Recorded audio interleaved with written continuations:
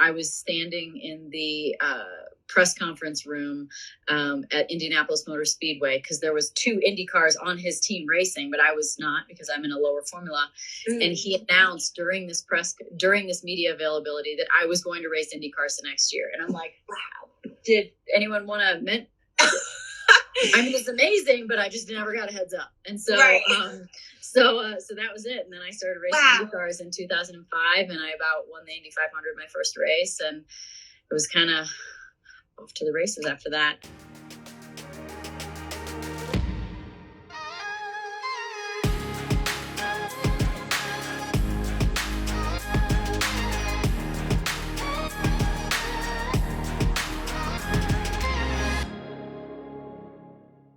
And there she is. Hi. Hi. How's it going? Good. How are you? I'm good. I'm really good. I'm just, I haven't done a live in so long. Fun. I'm like, do I have my light right? Can you see me okay? Yeah, no, you look beautiful. I don't know if you heard me already kind of going on and on and on about you.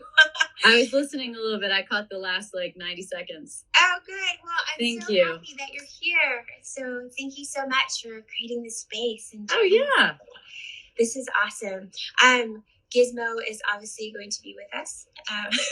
Mine are under the table. I'm in the mountains, so we just did a really nice hike, and so they're really, really exhausted. So perfect timing. Oh, great! Where are you in the mountains? Is it okay that I ask you that? You could just I'm in Colorado.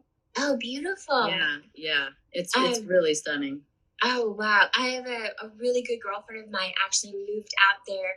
I think 2 weeks into the pandemic, she was dating someone who she's still with, which is beautiful, but literally probably just met him 2 weeks before, thought she was going to be out there for 2 weeks while LA shut down, and hasn't come back. So, and she sends me these incredible pictures of their home in the mountains, and it just looks magical. So yeah, I'm kind of thinking, I'm like, ooh, I have to go back to reality where it's so dense, with frequencies and people and energies, and out in the mountains, it's just, it's so, the nature is just so healing. I mean, there's just so many things about nature that are wonderful. Before I had my podcast, Pretty Intense, which you were talking about doing my podcast, I wrote a book called Pretty Intense, and there's a whole chapter in the book that's about getting in nature. And just the simple fact that I'm not sure if anyone ever got out in nature and felt worse. Now, mind you, a bear attack or, I remember there was some crazy video a while back about a guy that was being sort of slowly chased, walking, he was walking backwards with a camera, and it was maybe some kind of big cat.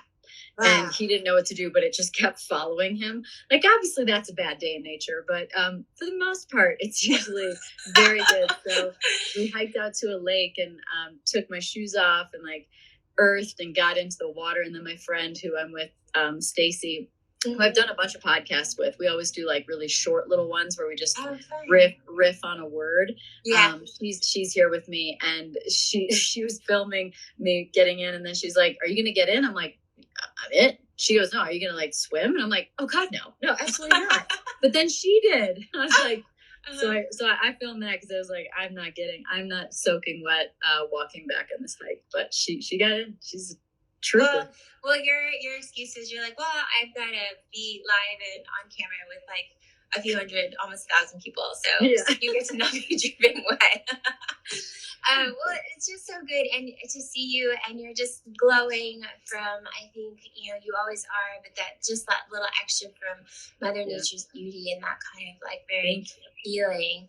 I can't wait to get back out there. We were talking about Sedona, some of my girlfriends and I, but it's so hot there right now that we're waiting until it cools off to be back out there. Yeah, it's Arizona is a bit brutal right now. So truly, I'm here very much for my dogs, to be honest. Just, I can kind of tolerate the heat. It's not like I have to go walk on pavement with my bare feet. So it's very much for them, but also as a human, 120 is not that comfortable. Oh yeah, no. Oh my gosh, I can't even imagine. I mean, And he's off camera right now, but with his double layer, he can't. I mean, we've got the air conditioning and 4 fans on all the time because he gets so high. And he's got this little congestive heart disease. And so we really can't let him overheat too much and get too hot. So he has a really pretty bougie, like air conditioned life. It's good for him. The dogs, my dogs live a real bougie life. I was posting them a little bit on Twitter or on Instagram, making some jokes like, my dog Dallas, the white miniature Siberian Husky, she's always plotting her getaway. Like she's always trying to sneak away. Tracy was like, do I have to watch him if I let him out? I'm like, oh yeah, definitely. Like Dallas wants to run away. And then I'm like, I'm like, these dogs have the bougiest life. I feed them human food. They ride on jets. Like I rent nice houses so that they can get out of the heat. Like they'd be really silly to not want to live with me. But, you never know. They might just be chasing some fawn and fall in love and get lost. Well, they'll probably run out for like 2 hot minutes and then be like, wait, where am I? I need to go back. I need to be back with mom right now. Yeah. It's so funny. We can talk about this when we're off, so I don't take too much of your time, but we talked to a couple dog mediums. And what's funny is sometimes I'll send it to you. I'll send you their names. So I would love to talk to them. And they tell us what the dogs want. So just to find out, why do you like to run away? And it could be something super simple. Like there's this blue ball that I really loved, and it could be from a past life. I mean, I know I sound completely off the grid right now, but you guys know me. So you don't sound off the grid to me. Remember in our conversation, right? I know. Like, is this too far? I'm like, yeah. So it could be something like that. Like they lost a ball in another life, and you just need to go on Amazon and find a blue ball, and then maybe they don't run away anymore. I mean, that's crazy fascinating. Things, but we learned a lot from our dogs, our babies, from chatting with these mediums, and just sounds like silly things. My mom thought I completely lost my mind, but just like some of the things they said they wanted, we said, okay, we can do that. And we did those things, and it made a difference. Wow. Have you talked to, what about human mediums? Have you talked to a lot of human mediums? Oh, yeah. Or psychics or any of that kind of stuff? Because I love it. Okay, well, I'm going to send you all my people. There's an amazing woman. She reads your Akashic records, and I love her. And I will send you her information as soon as we're off of here as well. She's magical. Wow. I mean, so when I went to Egypt earlier this year, and one of the things what happened towards the end, at the end of the trip, like one of the last couple of days, we had 2 hours at the Great Pyramid on our own. There was about 20 of us. Then we had 2 hours at the Sphinx, and then we had 2 hours at Osiris. Every time I say it, I feel funny. I think it's called Osiris's Shaft. But anyway, but there was one of the girls, sweet little Ray, she did an Akashic reading at the Sphinx. So you can do Akashic readings. You can do Akashic readings on properties as well as people. Yeah. And it was fascinating. Wow.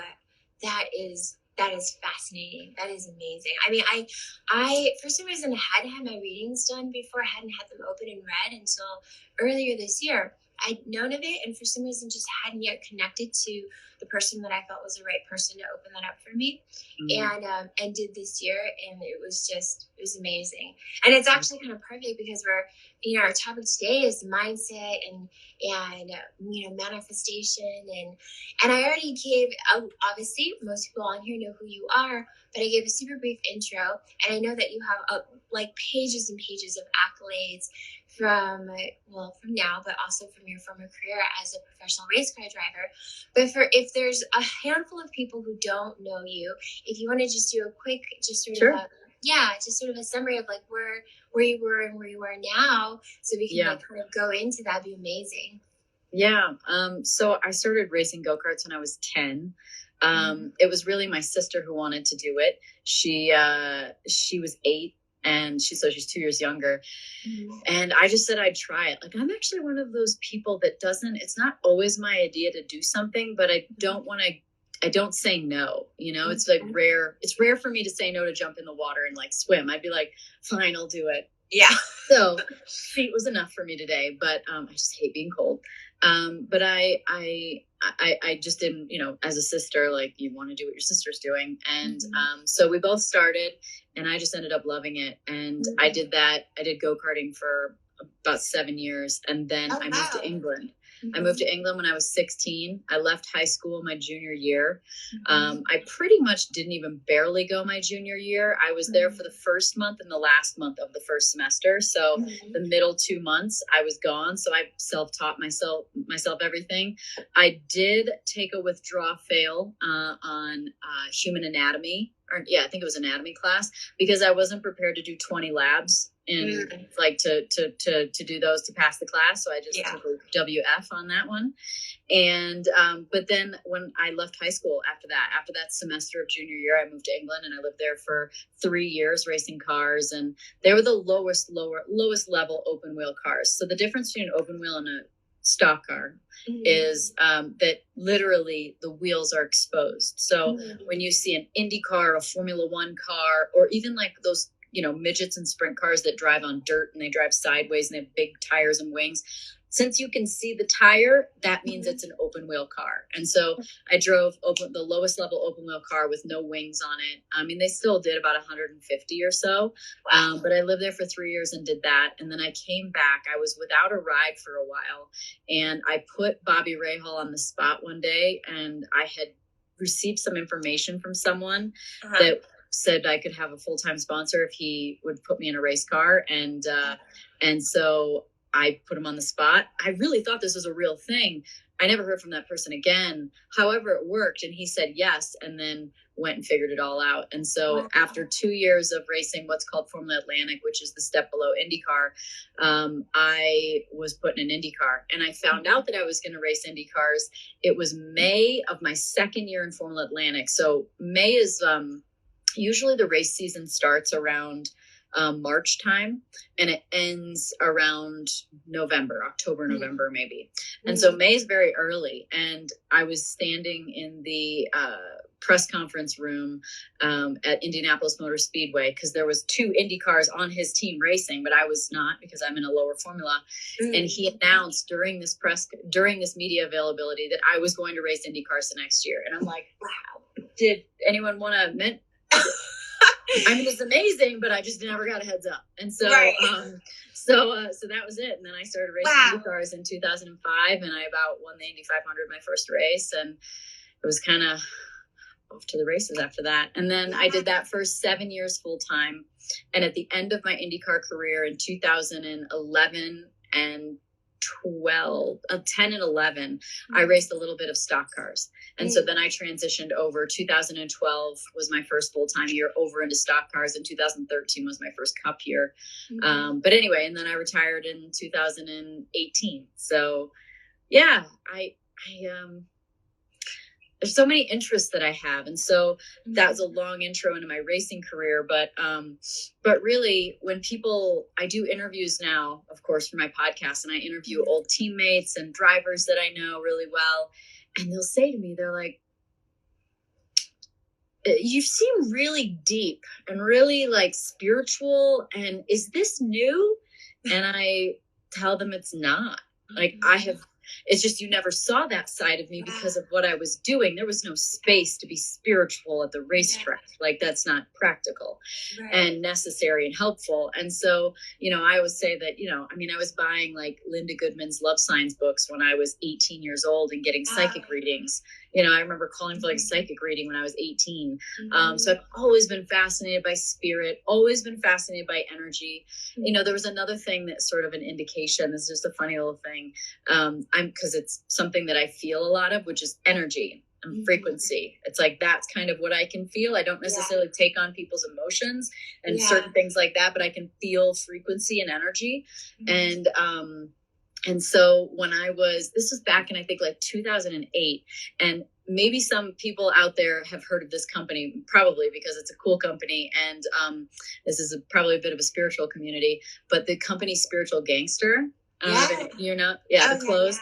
So Spiritual Gangster started in Scottsdale, and I was going to the studio that they owned, a studio called At One. And this guy named Ian, and he is engaged maybe to Vanessa. Anyway, those were the 2 people, and they started Spiritual Gangster. And I have some OG Spiritual Gangster clothes And the one that I bought, the main one that I bought says, I think it said like raise your vibration. And I didn't even know what that meant. Like, I didn't even know what that meant. I just knew I just liked it. Yeah. And so anyway, so I've been into energy for, I mean, since I've retired, to much more into quantum physics and nature of reality. And just, you know, that's why I loved our conversation about, I was telling my friend about it because of doing this interview here today about, you know, just putting the energy into food and the frequency of it. And we've got to think about what the frequency of the energy is coming in with our food too. Where did it come from? Was it, you know, was it a mass produced sort of like cattle piece of, you know, piece of a burger, or was this farm grass fed, you know, grass finished? Is this, you know, how is it handled? Is there, are the vegetables grown under a lamp, or are they grown by the real sun? I mean, there's just so much that goes into it. It's, you know, there's a lot of rough guidelines that are good with food, but then there's so much more that can go into it to make it to have even more integrity and more value. And that's what you just taught me so much about. Oh, thank you. I mean, I'm so glad. It was honestly one of my favorite, one of my favorite conversations that I've had. It was just so fun. And you're so incredibly open. And I really didn't know about, you know, this connection that you've had, that you've always been very spiritual, because as you say, it's not something that I would know unless we were friends, you know, before that. And so it was so inspiring for me to chat with you, to have you so open and receiving and really hearing what I was saying, and having that level of understanding. And so thank you so much again. You're welcome. It was so fun. Thank you. It was just awesome. And you know, it was so funny because, you know, you're talking about the you know, the proteins and how you received them and like what process that went through.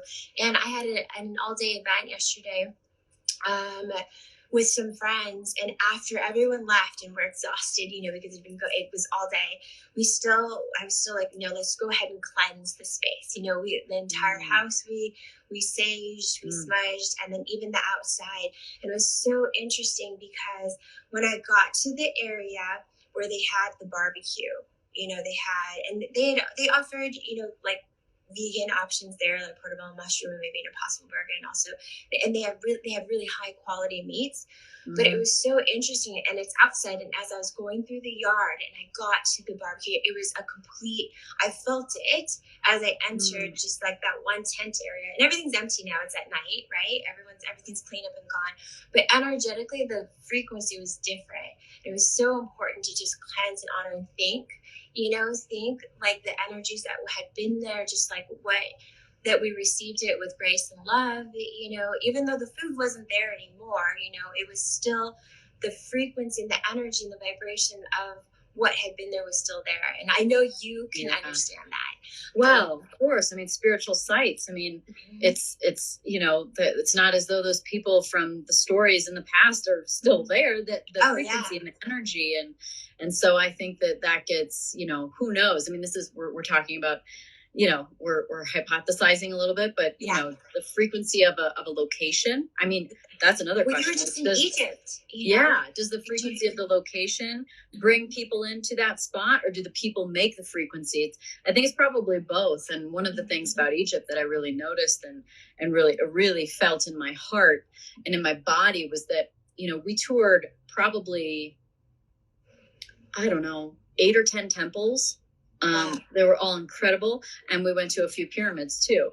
But the temples, so people, you know, maybe know, maybe don't know, but all the temples are the ones that had the hieroglyphics. They had the stories, the pictures, everything is covered literally. Like there's granite as you enter into spaces to like, they used granite for some reasons. All the obelisks are granite. And you know what's interesting? This is another thing people maybe didn't know is again, I didn't look this up to make sure, but I'm pretty sure that the obelisk in Washington, D.C. is from Karnak, is from Egypt. Oh. All the obelisks in the world, like a lot of obelisks are from Egypt. Anyway, maybe I'm wrong. Maybe I'm just think it's fun to think that, but that's what I heard. Okay. And when I was there, but because all the other ones in the world are from there. So are they? Okay, then perfect. But what I really noticed is that these temples were beautiful and spectacular, but they were really felt like places to hold frequency, to raise the frequency, to work with mystical, more spiritual modalities, to connect with spirit, connect with God, connect with, you know, whatever it is that you believe in. And then to do magic. And, you know, to me, magic and spirituality is just words. It's just things that science hasn't proven yet. Yes, 100%. Because we don't know. We just don't know. There's so much we don't know. Mm-hmm. We don't even know how the pyramids are made. Yeah, we don't know how to yet create something that can quantify or like qualify it. You know, we're not, but it's there. And there is so much that we don't know. And it's interesting because, you know, right now where everything's shifting, right? Like the planet's moving a certain way, the collective is you know, shifting. We're kind of shifting. And I was having these conversations with some of my best friends, and just how our minds, and this kind of goes back to the mindset and manifestation topic we have, is just like our minds and our thoughts and energy moves faster than like our physical body can keep up with. You know, and so there's I don't know if like you've ever experienced it, but sometimes when there's shifts, you know, you might not feel well. Sometimes you kind of get hit where suddenly you're super tired, or maybe your stomach bothers you. There's like different physical things that can happen to you that you can't seem to explain. You know, you're just on your regular day routine. You didn't eat anything necessarily that's bad, but there's something that happens, and that is, to me, that's evidence where we don't yet have something to prove, but like where our physical, you know, is just slow to kind of catch up with like the energy, you know, in the mind. That is, I mean, I was just talking about this the other day about like breakthroughs when they come, like the emotional, I don't know, I'm sure you've had probably some, maybe people watching have had breakdowns to break through. And one thing that always happens to me, I'm curious, maybe it happens to other people, is that I feel it in my body, just like you talked about, before I know it in my mind. So if something's going on and all of a sudden I like can't eat, my stomach's in knots, like something's happening, like my body is tensing up. It's like I am on the brink of something big happening within a couple of days, usually. It's such an interesting thing, and I've made peace with it, but at first it's very confusing. Like and it's always paired with a really big emotional release, and usually the release is kind of triggered by some sort of simple statement or simple words or something, some kind of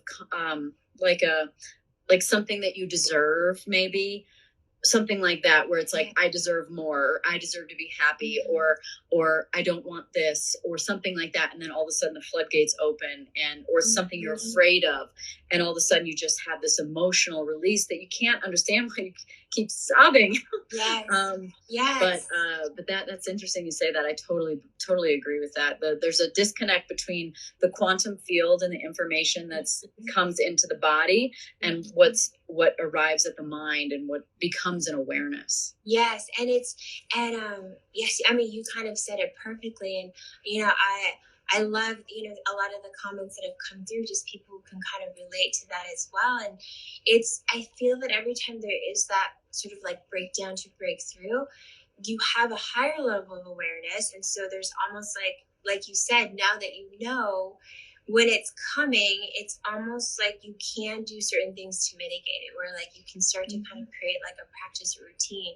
But as we were talking about earlier with like the food, that's why it's so important that you feed your physical body with that energy and with that intention, because it almost goes back to like feeding your energetic body. And then that's how you really, when we talk about the power of our mind and energy and how we can really create and manifest, it's that connection that we're looking for, you guys. You know, it's not as simple as just like, let me make a wish list. Like, not that there's anything wrong with that, but it's different than just like sort of making a wish list. There's this connection that you have with your physical body and also your mental, your emotional, your soul body, that I feel like is so important. And these are all sort of little indicators that all of those things exist, and they have to be in alignment. And one affects the other. So thank you for sharing that. I think that's so well said. That's so true. And on top of that, because these things are so nuanced, like it's not always obvious. We're like, you go, maybe it's this, maybe it's age, maybe it's something I ate. So that's what also encourages me, or maybe anyone, to like a good reason to take care of yourself nutritionally is because otherwise you're going to blame the pizza, you're going to blame the beer, you're going to blame and like you don't have a clear indication as to what signals your body's trying to tell you, because it's in murky water.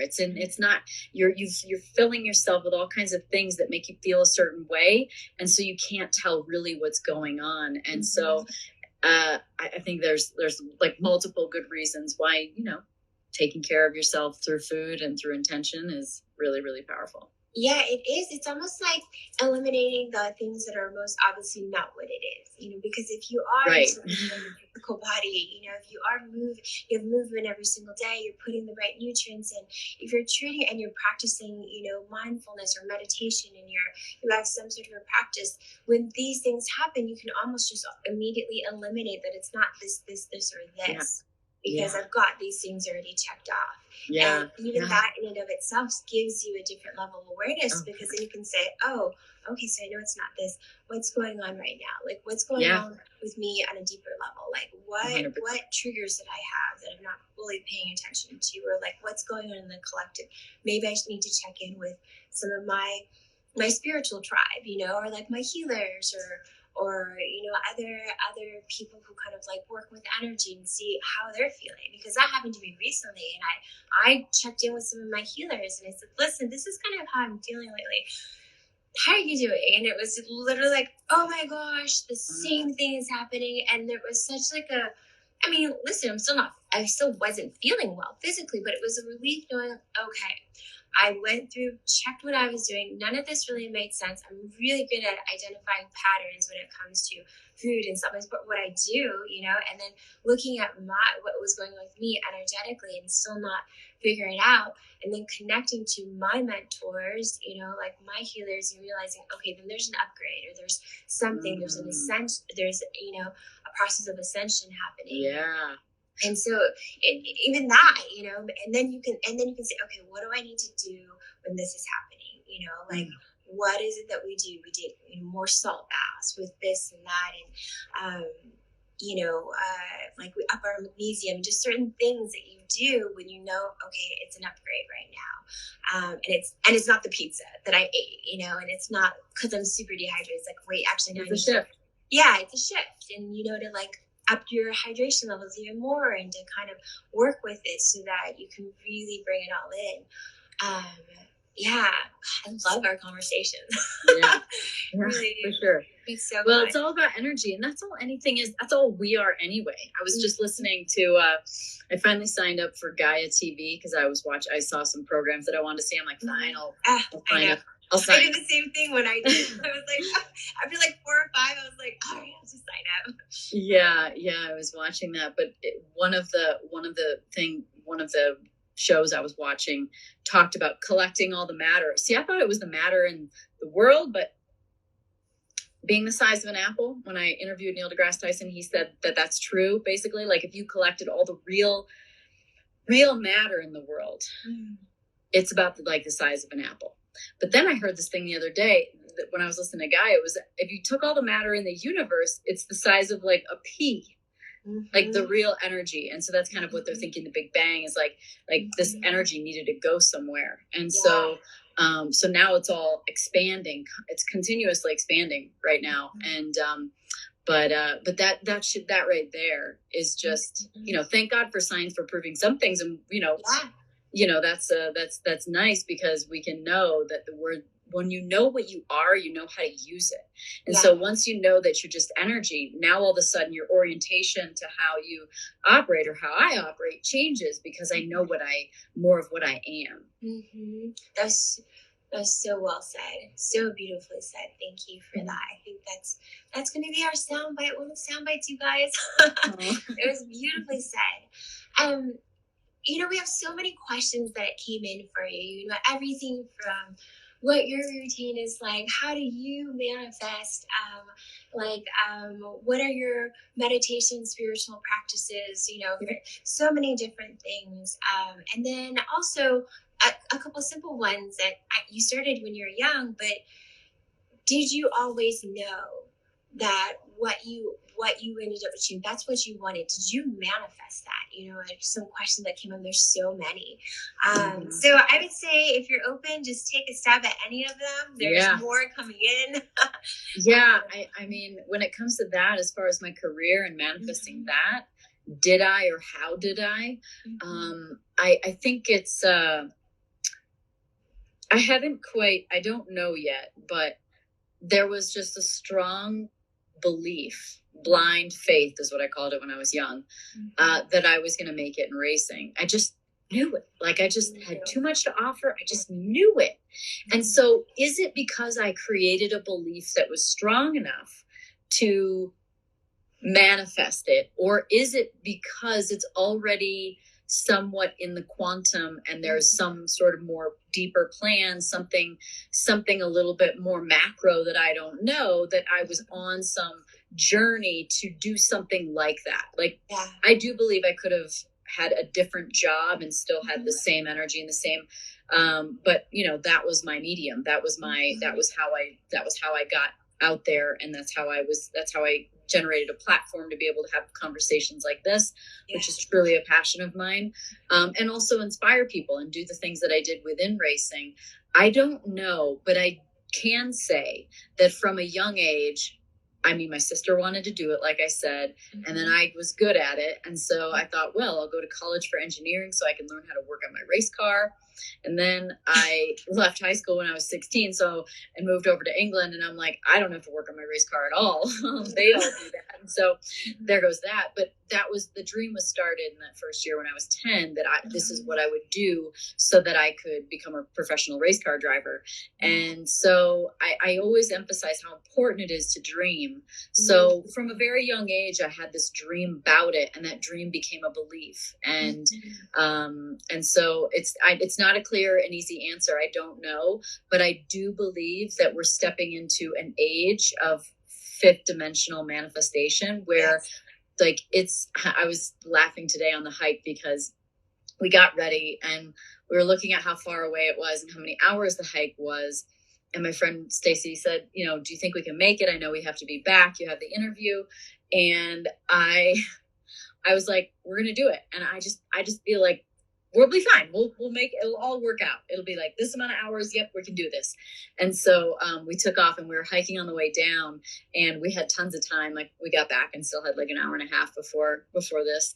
And I said on the hike down, I said, I think I manifested in 5D this timeline, because I just said, we'll make it work. And it did. And so anyway, but the fifth dimensional manifesting is to act like, I went to a Joe Dispenza retreat the week. Have you ever done a week long, Joe? No, and I'm dying to. I might do the one in Niagara Falls. So if there's still room for it. So yeah. It's really cool. I can't wait. It's so inspiring too to see how many young people. He just finished one in Denver, and at the end, and he did the same thing when I went to the one I went to in Cancun.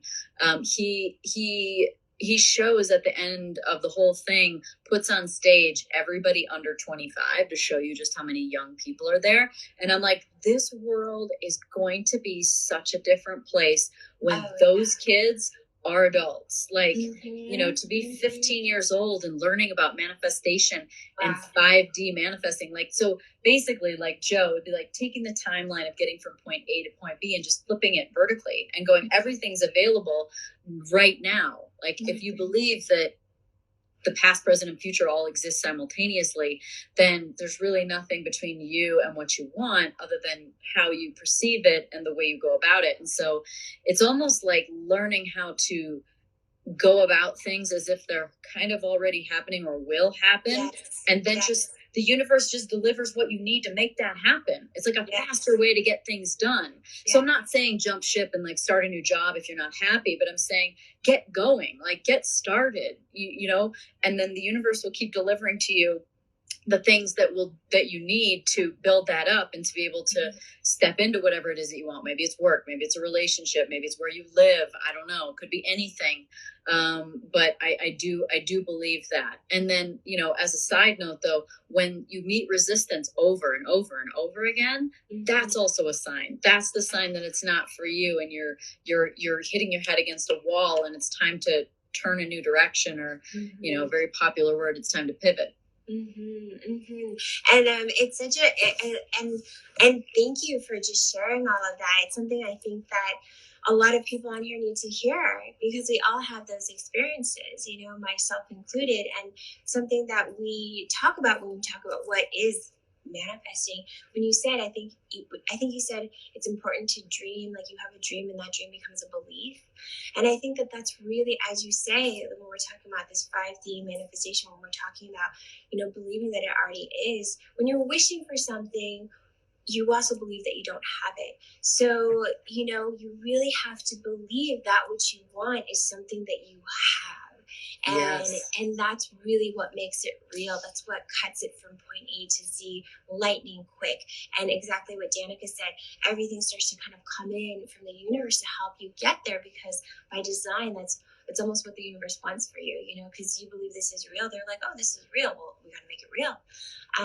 And so that's really kind of the core of like what manifesting is, in my belief. Yeah. So important what you just said for the people listening. Like, you know, because this is something that I spun around and asked a lot of questions about, but then understanding that when you have something that you want so badly, there's sort of that equal and opposite feeling of being afraid you won't get it or not having it. And so the energy of being afraid of it, afraid of not getting it and wanting it, like if we're just energy, the universe is confused and can't give you what you want. So the trick is to know what you want, think about it, right? Then feel it, embody what it would be like to be there. So actually, speaking of manifestation, I can't believe I would forget this story. It was the manifestation of the trip to Egypt. And I was doing a quick little Joe Dispenza one-day event out in California in the fall last year. And there was a group of us. And one of the things at the very end of the day that we did was a manifestation technique. And so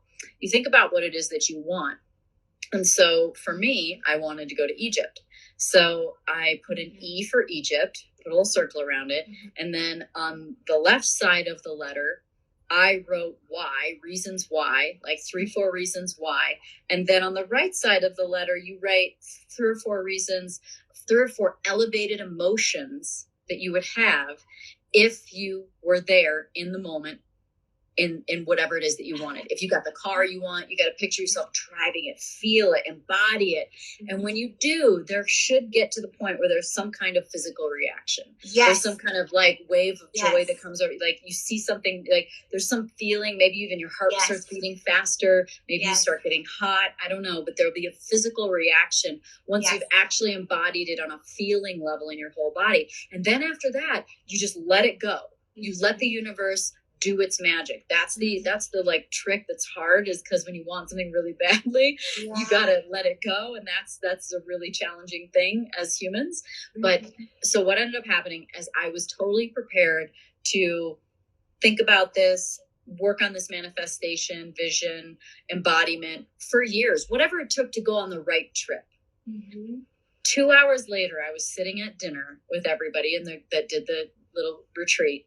And the girl next to me, my friend Nada, who I've ended up doing lots of trips with, my friend goes, "Hey, I heard you're interested in Egypt." And I was like, do you know what I wrote down? Like, I thought to myself, did I show some people? Was she looking over my shoulder and cheating off my homework? And then she's like, no. She said, the girl next to me just said, you guys were talking about Egypt earlier. She goes, there's a trip in February if you want to go. And I was like, that was amazing.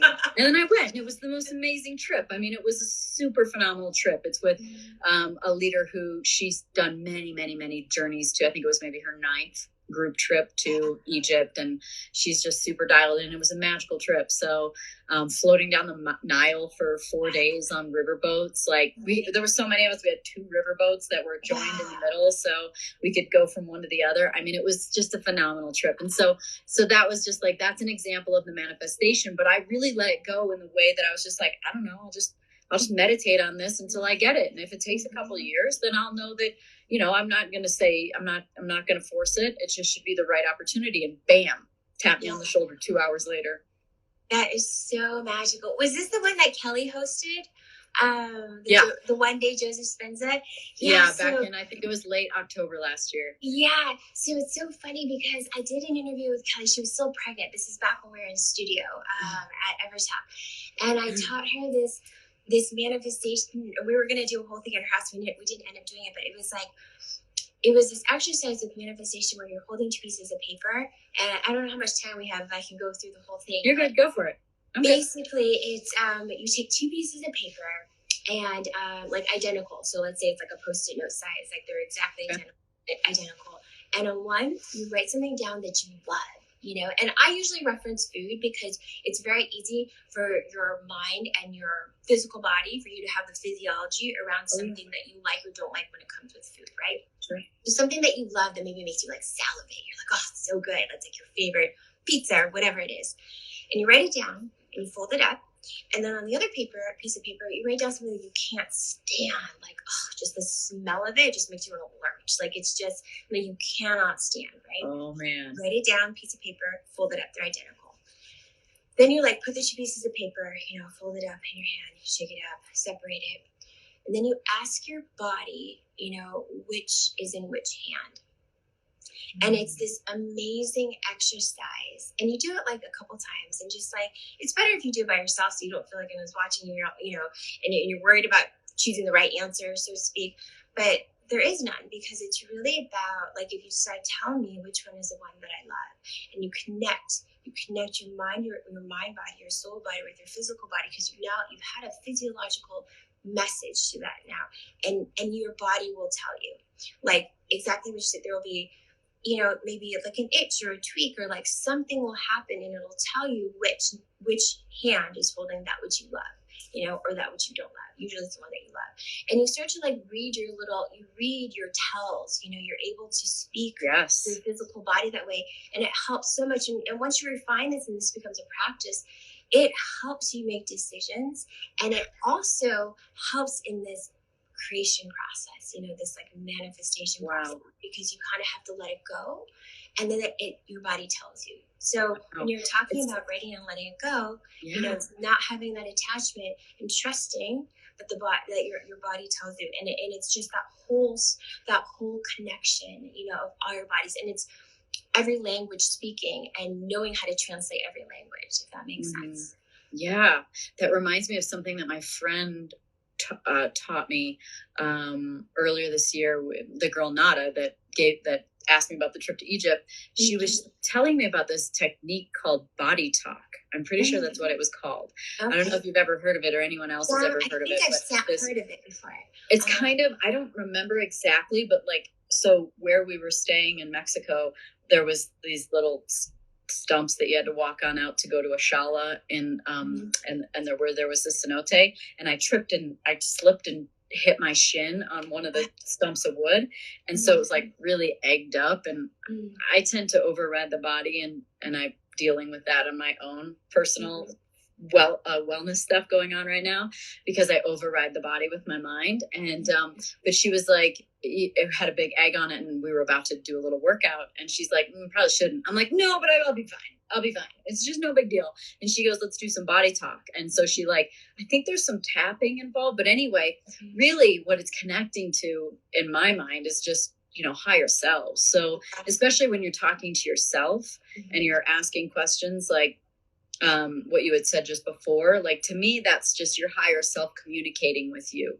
And something with infinite knowledge and awareness that's connected to the quantum, that's some, tethered to you on this third dimensional plane that's just difficult, and it's there for your help, but you got to ask it. You got to ask for help.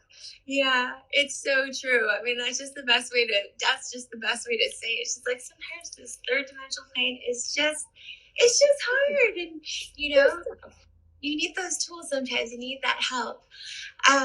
This has been amazing. And I know that we're like coming up to the hour. I know there were a couple questions. Can you maybe give us a few of your shares? Just like maybe 3 things that you do every day that kind of like keep you in flow and help with that. Yeah. I go back and forth on, I actually have there's a lot of things that I'm very, very disciplined about. One of them that I'm not disciplined about, and I think it's because I don't know what the end looks like. So I don't have that ultimate sort of end point that I'm working towards. And that's actually my spiritual practice.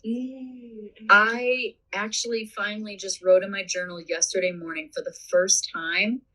My entry just before yesterday mornings was like the day before I left Egypt. Wow. So it had been since February or like basically the 1st of March since I wrote my journal. And I almost went on like a spiritual hiatus for a second. I was just so full up of like spirit and mystical and everything. And I had probably spent about 18 months really working on a lot of things, everything from therapy to healing, like healers to mediums to all kinds of different people. And so I just really felt like I needed a break, but I don't get too regimented with my spiritual practice. And I really let it flow. There's no forced effort with it. It's like, if I want to meditate, I do. If I want to talk to my higher self, I do. If I just want to go on a nature walk, I do. If I want to write in my journal, I do. If I want to go drink too much at dinner and laugh my butt off and have fun and not think about a single spiritual thing in the world. To me, there's like a healing in my heart that is filled on a different level. So I would say I'm pretty flowy with that. But I think that one thing that I think I've developed, that one thing that's been developed over time that I feel is very powerful is talking to my higher self. There's a lady named Elisa Romeo that wrote a book called Meet Your Soul. And funny enough, my friend Stacy, who's here, was the one that gave it to me and a bunch of other girls in a group. And I had finished reading the book just before her and I took, and it was my first time there, her and I took the trip to Tulum at the beginning of 2017. And I had just a really, really big spiritual awakening. It was I talk about it in various different podcasts, but it was basically feeling like I met my soul. I met sort of a different frequency. I don't know where I went and how long I was gone. It could have been a split second, but it was this awareness of love. And I won't ramble on too much about that, but I think beautiful. We should talk about it another time too. Yeah, it was really powerful, really powerful. So I think that having that connection to your higher self, it's like, it knows the answer. It's why when you're prompted to, somebody says, hey, what's that thing that you've been putting off? What's that thing you're scared of? What is it what is your inner voice telling you that makes you feel so bad? Or, what's that thing you should do? It's like, you kind of know. Yeah. And so getting a dialogue with your higher self, I think, is a really, really powerful tool. I think that nature is critical. I think that it gets you out of the beta brain, the high frequency beta brain that is just always in go mode, and drops you in. And also, I think there's just sort of a frequency magic with nature. So I think nature is another really important one. And then accountability. Yeah. Just pure accountability in every aspect, like looking at the way that you respond to somebody and going, okay, what does it say about me? It's really, that's what I do in every situation. Something goes off or wrong or something happens, and I'm like, okay, what's my part in this? Because there's always your part in this. Yeah. And so I think that just radical accountability for all situations, because some of them might lead you out of one, right? Because like radical accountability goes, I don't deserve this. And then you leave, right? Radical accountability goes, oh my God, I'm so sorry. I realize that I'm completely projecting on you. And this comes from something inside of me from being a child and not being allowed to do that thing. And then I reacted. So radical accountability. So higher self, nature, and accountability. Wow.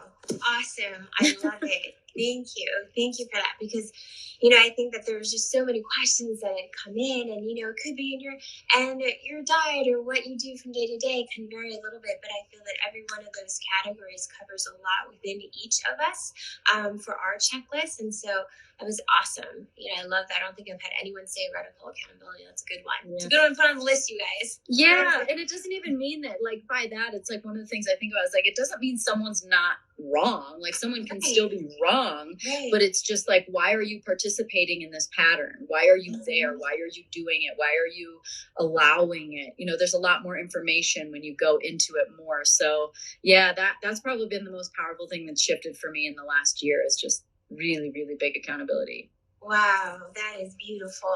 And thank you so much for sharing that with us, sharing that with me. And I know we're coming to the hour. Thank you. Still working on it, but thank you. Oh, I mean, but all of us are, you know, and that's, I think, a good reminder to everyone that it's an ever learning process, because we change to the ebb and flows of life and like our chapters, and we're not going to forget our hormones, even though we're spiritual people. And, you know, it's like a constant learning process, and to honor yourself each step of the way and not expect yourself to already be there, because it's actually a beautiful journey if you know that it's just an ongoing thing. So yeah, you're awesome. Thank you so much. You too. Thank you. It was so fun, and I don't know, maybe another time we can come on and you can share about your big awakening, because I just sure. Happy to. Love to dive in.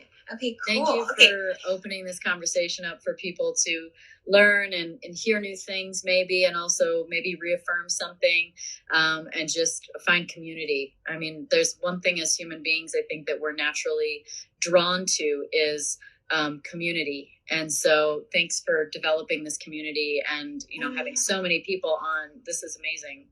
This is amazing. You're amazing. You guys are amazing. Thank you for staying with us the whole hour. I love and appreciate you guys so much. And I'll message you after this, Danica. I'll send you an email, send you all the names and stuff. And you guys, this will obviously replays always get cleaned up, and we'll make it available. It's on YouTube. And go ahead, check out Danica. If you don't already follow her, you should be.